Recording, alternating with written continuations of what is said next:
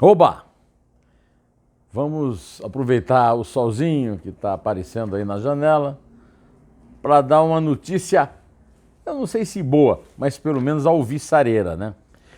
Os jornais estão dizendo hoje que, enfim, pressionado pelas redes sociais, então eu dou parabéns a todos os tuiteiros do Brasil, todos os blogueiros que pressionaram a Câmara dos Deputados e pelo fato de que tudo indica que o Centrão recuou.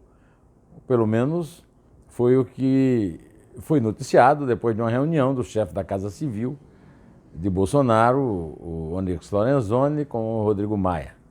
E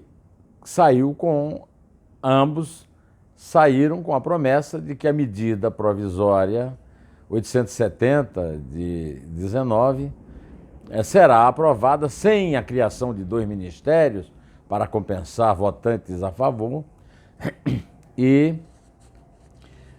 acabando com aquele fantasma de ter que voltar aos 29 ministérios do governo Temer, ou aos 39, que foi o número recorde que o Brasil já teve de ministério, mas sim ficar nos 22. Ainda falta o Centrão provar isso na votação, que está marcada para daqui a pouco, que eu queria gravar esse vídeo para dar essa notícia e para dizer a você que eu tenho alertado aqui há muito tempo. O Congresso não poderia estar interferindo numa decisão que foi concertada entre o presidente que ganhou a eleição e o eleitor que lhe deu a vitória. É um compromisso com a cidadania, não é uma promessa de palanque, uma promessa de governo. E o Congresso andou se metendo onde não devia, mas como o Bolsonaro está fraco no Congresso, ele teve que aceitar esse acordo e eu acho que ele fez bem, foi pragmático. O importante é ter preservado isso. Acho que também a reforma da Previdência vai ser aprovada. A minha lógica, ontem eu estive na casa do Maurício Gaziri, um amigo do meu filho, Vladimir Pinto, e estive lá numa reunião com jovens agentes aí do chamado mercado e disse a eles que, pelo que eu observo na luta ali política, tudo que o Centrão quer digamos, reduzir o consumo de Rivotril de noite para poder dormir. Então eles não têm problema de novo ministério, não tem problema de reforma da Previdência, que o povo está querendo, então eles vão na linha do povo. O problema deles é que o povo também quer e muito o combate à corrupção e eles não querem. E essa vitória me parece que eles já tiveram. Eles vão ter na votação de daqui a pouco, hoje à noite, sei lá quando, confirmada aquela emenda que muda o COAF, Conselho de Controle da Atividade Financeira, do Ministério da Justiça, de Sérgio Moro, para o Ministério da Economia, de Paulo Guedes. Pior do que essa é a emenda do líder, e eu repito aqui, líder do Senado no governo, Fernando Bezerra Coelho, que impede que o Ministério Público receba informações diretas dos agentes da Receita, o que é um gravíssimo gravame, digamos assim, de forma meio pleonástica, no combate à corrupção. De qualquer maneira, tudo isso eu vou deixar para amanhã. Amanhã nós comentamos e aí nós diremos se houve reunião ou não, se o Centrão cumpriu a parte dele. O governo certamente vai cumprir. Eu até me lembrei agora, e vou contar para você, aquela famosa fábula do vigário que vai visitar um homem muito pobre, que mora muito mal, e diz para ele, aquele bode que você tem ali no terreiro, bote para dentro de casa. Aí o homem botou o bode para dentro de casa e a situação piorou muito. Então ele correu para o vigário disse, tire o bode. Aí ele tirou o bode e ficou muito feliz com a situação anterior que ele estava. Mais ou menos foi isso que o Centrão fez com o governo Bolsonaro, né? Agora, eu quero lembrar primeiro o seguinte, primeiro eu já disse que é ilegítimo, já disse várias vezes, já escrevi um artigo no Estado sobre isso, o Congresso não pode se meter na relação direta do Bolsonaro com o eleitor, não é uma promessa, é um compromisso, e além disso o Congresso apesar dos problemas de proporcionalidade, é tido como o poder representante da sociedade. Não pode ficar cheio de milindres e chiliques, como fica o presidente da Câmara, o Rodrigo Maia, que é suspeito. Ele foi citado numa delação da Odebrecht como sendo o Botafogo que pegou propina, e agora, recentemente, o herdeiro da Gol, o Henrique Constantino, disse que pagou propina para ele, sim. Ele está garantido por foro privilegiado, mas do ponto de vista da imagem dele com a população, ele está devendo muito e é a principal vítima dos ataques das redes sociais. O Bolsonaro foi obrigado a recuar para fazer esse acordo e não ficar na mão, deixando que no dia 10 de junho caduque a medida provisória, e por isso acertou, ao meu ver, corretamente esse acordo aí.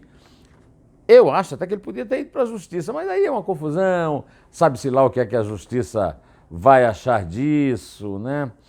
De qualquer maneira, o que parece é que o Centrão pode abrir mão das miçangas que acrescentaram na história do bode, né, para manter o Bolsonaro sob pressão e, no mínimo, protelar o combate à corrupção do Moro. Acho que o Moro não sai perdendo. Quem sai perdendo é o Brasil, porque o Brasil queria a continuação do combate à corrupção e, por isso, não votou em nenhum dos candidatos contra os quais o Bolsonaro se apresentou. Por isso que a grande maioria, votou em Bolsonaro. Mas aí o Bolsonaro tem aí esse episódio das manifestações a favor do Bolsonaro, contra o Congresso, contra o STF, e o Bolsonaro disse no Twitter que ele vê como uma manifestação espontânea da população que, de forma inédita, vem sendo a voz principal para as decisões políticas que o Brasil deve tomar. A frase está correta e eu quero acrescentar o que eu já escrevi no meu artigo, que está circulando no blog do Neumann, no portal Estadão, em que eu digo: toda manifestação popular na rua é legítima e faz bem à democracia. E o melhor bem que nós temos que preservar agora é a democracia, é a liberdade. Quem quiser ir para a rua defender o governo, deve ir no domingo, dia 26. Quem quiser criticar, pode também fazer a sua manifestação. Eu sou a favor das manifestações. Agora, o Bolsonaro já disse que não vai comparecer por uma questão do peso do cargo, da postura dele e das responsabilidades. Ele, esta noite passada, ou seja, exatamente a noite que eu estava conversando com os amigos do Vladimir na casa do Maurício Gazili, lá no Alto de Pinheiros, ele recebeu no Palácio da Alvorada o presidente do Supremo Tribunal Federal, Dias Toffoli. Saíram todos sorridentes e otimistas do encontro. O Toffoli falou muito bem, que foi convidado pelo Bolsonaro e tudo bem. E o Bolsonaro soltou uma nota. Sou grato ao presidente do Supremo, quando aceitou o meu convite, se dirigiu ao Alvorada, onde discutimos questões da conjuntura atual. A harmonia reina entre nós na busca de soluções dos problemas nacionais, entre eles a nova Previdência. Eu também não duvido que o Bolsonaro, que o Toffoli esteja em comunhão com o Bolsonaro sobre a Previdência. É o mesmo raciocínio. O que o Toffoli combate é o combate à corrupção do Moro, seja por inveja do Moro e seja pela ligação que ele tem com o PT, porque eu vou lembrar aqui para vocês que o Toffoli não tem nenhuma carreira de jurista, não passou em nenhum concurso para juiz. Começou como empregadinho, advogadinho do PT na bancada, advogando para a bancada, que era liderada pelo Zé Disseu, depois foi para a Casa Civil para ser o chefe da assessoria jurídica, depois foi ser advogado-geral da União do Lula e depois foi nomeado muito jovem para o Supremo Tribunal Federal. Não é juiz concursado, não tem a menor importância jurídica, não tem nenhuma carreira jurídica, a não ser a servidão ao PT, de quem ele sempre foi empregado e continua sendo. Então, esses salamaleques aí do Bolsonaro não apagam essa biografia. A outra coisa é que ele não é o Supremo, ele é o presidente do Supremo. Tem mais 10 lá. 10. E, mesmo que o Moro vá para lá, será um ou menos um ou mais um entre os 10. Bom, o Bolsonaro também falou sobre o encontro no Twitter. Ele disse o seguinte, eu vou reproduzir aqui. Acredito na harmonia, na sensibilidade e no patriotismo dos integrantes dos três poderes da República para o momento que atravessa a nossa nação.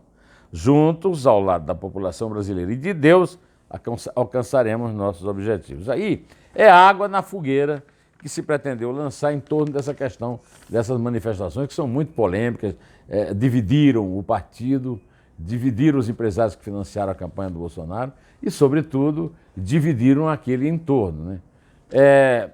Eu continuo dizendo que a manifestação em si não tem problema, desde que não quebre nada na rua, desde que não invada o Congresso e não toque fogo no Supremo, nem leve um jipe, um cabo de soldado para fechar o Supremo, né? O Bolsonaro também cedeu a pressões e mudou o decreto. Depois dessa mudança, o cidadão comum não poderá usar fuzil. Essa questão do armamento, eu sei que é uma questão importante para muita gente que apoiou o Bolsonaro, ele mesmo, mas é preciso ter cuidado com isso. Eu fiquei muito assustado quando eu vi esse material dos fuzis na televisão e eu acho que ele tomou a medida prudente, a medida certa ao recuar. Aliás, outro que prega armas, apontar armas, essas coisas, é o governador do Rio, Wilson Witzel. Estou vendo aqui no noticiário do dia que ele também, como aquela professora, divulgou diploma falso de Harvard. Ele nunca estudou lá. Isso é um vexame, né? Um negócio desse não é aceitável em ninguém, nenhum particular. Aí imagina o governador do estado do Rio. Pois é, por falar em crime, né? Eu não posso deixar de registrar um assunto que foi um buchicho danado, que foi o seguinte.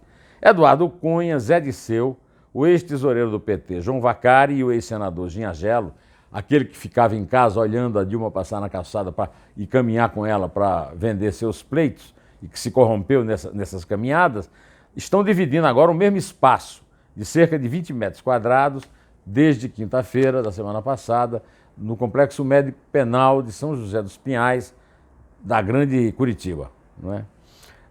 Zé Disseu era o faz-tudo do PT, Eduardo Cunha foi burocrata da Telege lá no Rio, presidente da Telege do Collor, depois foi para o PMDB, hoje está ainda no MDB, e no PMDB ele foi desprezado pela Dilma e conduziu o seu processo de impeachment. Eu tenho certeza que sem ele ela não teria chegado até o impeachment, sequer, né? Ele não teria nem aberto o processo. De qualquer maneira, estão lá agora, confabulando, estão convivendo e, no meio dessa convivência, sabe-se lá o que é que pode acontecer. O que eu lhe digo é uma coisa, era uma boa oportunidade para mandar o Lula para a cela. Ele estaria numa companhia de pessoas com quem ele lidou o tempo todo e poderia ter uma conversa social bastante agradável para ele, né? Pelo menos estaria na cadeia que era o lugar que é reservado para quem é condenado por ele e mantido sob condenação depois de 8 votos a 0 nesse sentido, né? Eu quero ainda registrar aqui que o Chico Buarque ganhou o Prêmio Camões, é um prêmio que dá todo ano para um brasileiro e um português, cada um ano um brasileiro, outro ano um português, esse ano foi o Chico Buarque, e o Chico é um gênio da música, é uma anta em política, eu não tenho a menor simpatia por ele como pessoa, mas tem que reconhecer que ele é um compositor genial, foi pelo menos no passado recente, na época dos festivais e logo depois, hoje já não é tanto, anda rateando. Agora, os livros dele eu tentei ler 2, não passei das primeiras páginas porque são muito chatos e muito ruins. Agora, se os portugueses gostaram, fazer o quê? Premiar um brasileiro, daqui eu o cumprimento. E por fim, eu convido vocês a entrarem no canal da Leda Nagli, aqui no YouTube, que a Leda fez uma entrevista muito divertida comigo. Eu conheço a Leda há muito tempo, ela foi a apresentadora do Sem Censura na TV Educativa do Rio,